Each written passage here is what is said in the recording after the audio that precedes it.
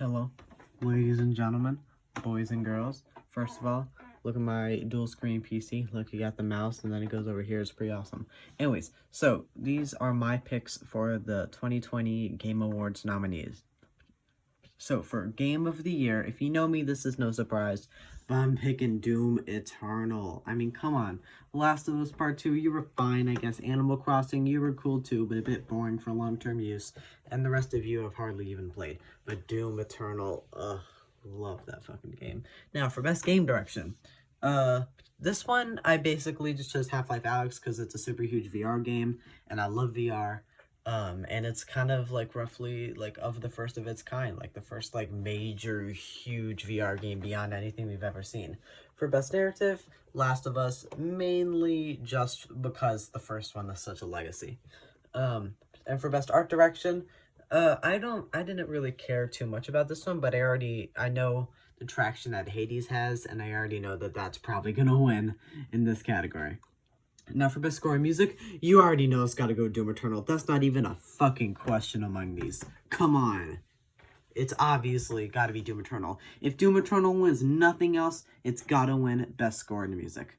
Now, for Best Art Direction, now as you can see, Half-Life Alyx is on here, but I gotta pick Resident Evil 3 for my culture, because it's a Resident Evil game, and it's a horror game, and everything. And yes, my precious Doom Eternal, but I think that does music well, and plus, Resident Evil 3 is on here. So, for Best Performance, I also don't really care too much about this category either. The only of these characters that I really know is first game, Ellie, and Miles Morales. But I gotta go Ellie just for that first game. Now, Games for Impact. I haven't really played any of these, but I really like the cover for Tell Me Why. And for Best Ongoing, I feel like this is Call of Duty Warzone. I really like Warzone, especially the fact that it's free. Now, Best Indie. This is interesting. I know that Hades is going to win this. I feel like that's not even really a question. But I gotta go Carry On because it's really the most horror-related game on here. And you know I'm a sucker for some horror. And I really do enjoy the game Carry On. But I do think Hades will win. But I want Carry On to win. Now, Best Mobile Game. This one was difficult. I was kind of stuck deciding between Call of Duty. Get these cookies out of here.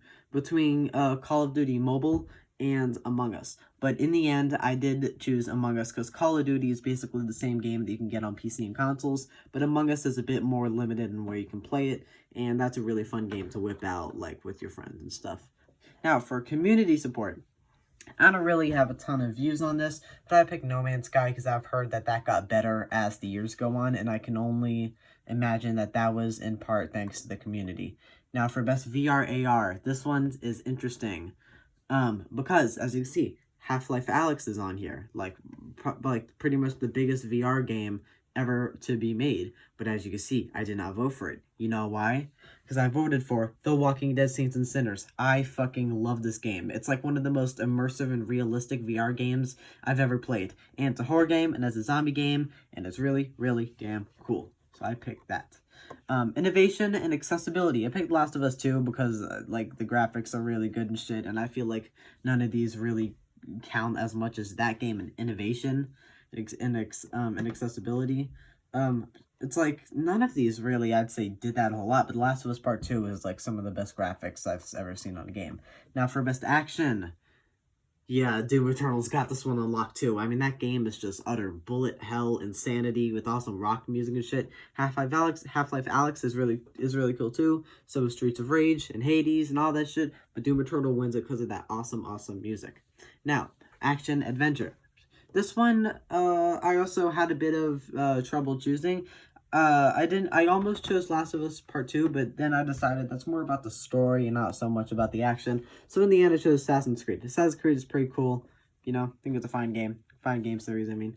Now for Best Role Playing, I also have played, I've played virtually none of these, but I picked Persona 5 just because I've heard amazing things about that. Now for Best Fighting, Mortal Kombat 11. I really like Mortal Kombat 11. More Street Fighter 5, I can tell you that. Now, for Best Family, this one was also not that hard. Minecraft Dungeons, you were a letdown. Fall Guys, you only last for about 2 months. You're a fine game, but, you know, Crash Bandicoot 4 didn't make the splash that I feel like anybody thought it would. Mario Kart Live Circuit, your game is buggy as shit. Get better. So I picked Animal Crossing New Horizons. I really like that game. Now, for best simulation strategy, Microsoft Flight Simulator, I've had way too much fun with. I really like the idea of just, like, sitting in a plane and, like, talking on a loudspeaker and shit for some reason. I don't know. For best sports and racing, my favorite types of sports games are racing games. And between F1 and Dirt 5, I chose Dirt 5. Because I don't know. Now, for best multiplayer, all of these are good. The ones I was stuck between are Among Us and Warzone. But I chose Among Us because I feel like that has a bit more multiplayer interactivity with your fellow man. And Warzone, you know, that can get a bit annoying with other people sometimes. Animal Crossing, I feel like multiplayer, it doesn't really have efficient multiplayer systems. Fall Guys, it's like, it's fine, but even they have some issues, like when you die and shit, and I haven't played Valorant. So I chose Among Us. Also, I feel that's a bit of a no-brainer. Content creator of the year, I had to go with Tim the Tatman for that awesome beard. And for best debut game, as you can see, Carrion, I love Carrion, or Carrion, whatever, but I had to go with Phasmophobia. Oh my god, I love Phasmophobia. There's so much potential there in immersiveness, and I'm really, really excited to see where that game goes. The esports athlete, I don't have any views on. I only views on them. For best esports game, it was really between CS:GO and Modern Warfare, but I feel like Modern Warfare, I just feel like kind of looks a bit better than CS:GO. And believe me, CS:GO has stood the test of time. Oh my god, has it? But Modern Warfare, I don't know, I just feel like has a bit more to offer. Alright, now, all of that is over. You know what, I can't let that sit, man. I can't let that sit. I got to go for, no, vote that. I'm sorry. I gotta go for CS:GO. I don't know. I've just been thinking about, no, what are you doing? Okay, yeah, so I gotta go for CS:GO there. Alright, but, yeah, overall, game of the year, Doom motherfucking Eternal. Alright, thank you so much for watching this. Yeah, follow me and check out my YouTube. Bye.